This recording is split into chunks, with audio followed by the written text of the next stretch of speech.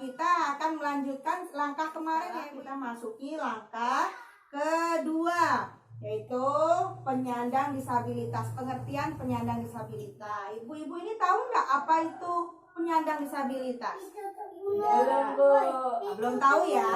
Jadi penyandang disabilitas yang mengalami keterbatasan fisik, intelektual, mental atau sensorik dalam waktu yang lama, ibu-ibu. Nah, di sini dalam berinteraksi setiap hari dengan lingkungan atau keluarganya, dia mengalami hambatan atau kesulitan. Nah, dengan berpartisipasi secara penuh, layaknya orang. Ibu masih ingat nggak film kemarin yang sudah saya putar di langkah pertama? Masih. Yang film apa judulnya? Masih ingat nggak? Getun si anak istimewa. Oh iya, betul Ibu Dina. Getun anak istimewa. Di sini untuk film yang kemarin saya putar, masih ingat nggak apa yang bisa kita ambil pelajaran dari film tersebut? Ayo Bu Suniati. Ya, Getun itu orangnya walaupun kekurangan fisik, tapi yang pertama dia sabar, kedua dia tidak merasa minder, teman. Terima kasih Bu Suniati. Jadi Getun itu walaupun dia mempunyai keterbatasan fisik, tapi dia tidak menyerah ya. Walaupun beda dengan teman lainnya. Ya, Ibu Dina masih ingat nggak film kemarin? Ya, dia walaupun memiliki keterbatasan fisik, tapi dia mempunyai harapan yang besar dan justru menjadi motivasi untuk orang lain. Ya, Ibu Dina. Jadi menurut Ibu Dina, film kemarin itu tentang Getun, dia mempunyai motivasi yang besar ya, walaupun mempunyai keterbatasan fisik begitu. Nah, ibu-ibu di sini saya meminta setelah kita review film kemarin ya. Jadi setelah nonton film kemarin, yaitu saya informasikan bahwa saya penyandang disabilitas di sini sama dengan anak istimewa, ibu-ibu. Nah, kenapa kita bilang istimewa? Nah, karena dia bisa mengalihkan dari apa yang sebenarnya kekurangannya dialihkan menjadi hal-hal yang positif. Jadi sekarang stop, ibu mengatakan kalau penyandang cacat atau orang cacat. Jadi sekarang jangan lagi ibu-ibu ya. Jadi kita gunakan bahasa yang lebih pantas untuk penghargaan mereka. Kalau mereka dibilang cacat, mereka akan down seperti itu. Jadi kalau kita bilang orang istimewa atau anak istimewa seperti orang autis, kan itu kan mempunyai keterbatasan fisik, mental ya. Jadi kita sebut anak istimewa seperti itu, atau penyandang disabilitas. Jadi stop mengatakan anak cacat ataupun orang cacat. Nah, ibunya permainan ya. Nanti ibu-ibu semua ini minta tolong ibu-ibu berpasang-pasangan ya, dua. Yeah. Nanti yang satunya ada peserta 1 dan peserta 2. Untuk peserta 1 nanti saya tutup mulutnya, minta maaf, saya tutup mulutnya. Yang peserta kedua saya ikat tangannya. Nah, ini dengan Ibu Dina ini seperti orang bisu ya ceritanya. Kalau Ibu Suniati orang yang tidak punya tangan seperti Getun tadi. Nah, Ibu Dina menyampaikan apa yang ingin Ibu Dina sampaikan, cukup 2 kata aja. Nah, nanti Ibu Suniati menulis dengan ini, dengan kaki ya. Nah, ini ya Bu ya. Ibu dengan isyarat, ayo mulai.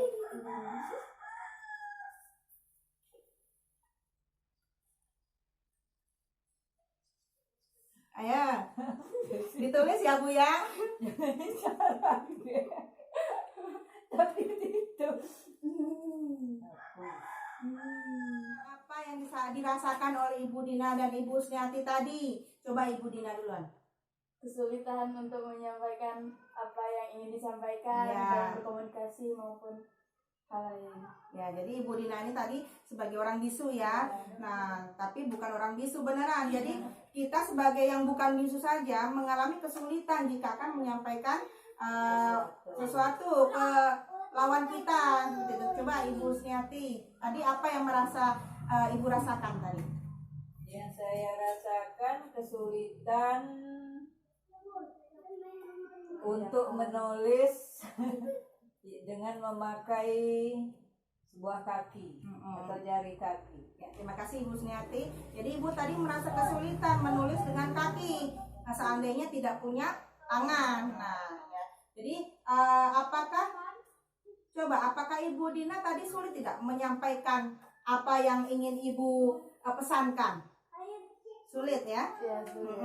Kemudian apa yang dirasakan dengan Ibu Sniati seandainya tidak punya tangan dan harus menulis dengan kaki? Yang jelas kaku, biasanya pakai tangan, kemudian pakai kaki, ya bagaimana rasanya kan? Nah, sedih ya kalau Sedih. iya kita kadang tangan luka aja nggak bisa ngapa-ngapain, sedih apalagi tidak punya tangan. Nah, apakah Ibu peserta nomor 2 ini sulit menerima pesan dari Ibu Dina? Sudah jelas sulit.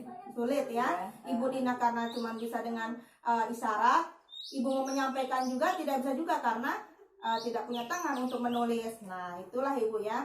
Jadi apa yang kita bisa merasakan, apa yang disabilitas orang yang mempunyai keistimewaan tersendiri itu bagaimana sehari-harinya. Jadi kita stop untuk menghardik ataupun mencela orang-orang yang seperti itu. Kita sebut saja dia istimewa. Jadi misalnya dia tidak punya tangan, tapi dia mempunyai hal-hal yang positif di balik kekurangannya itu.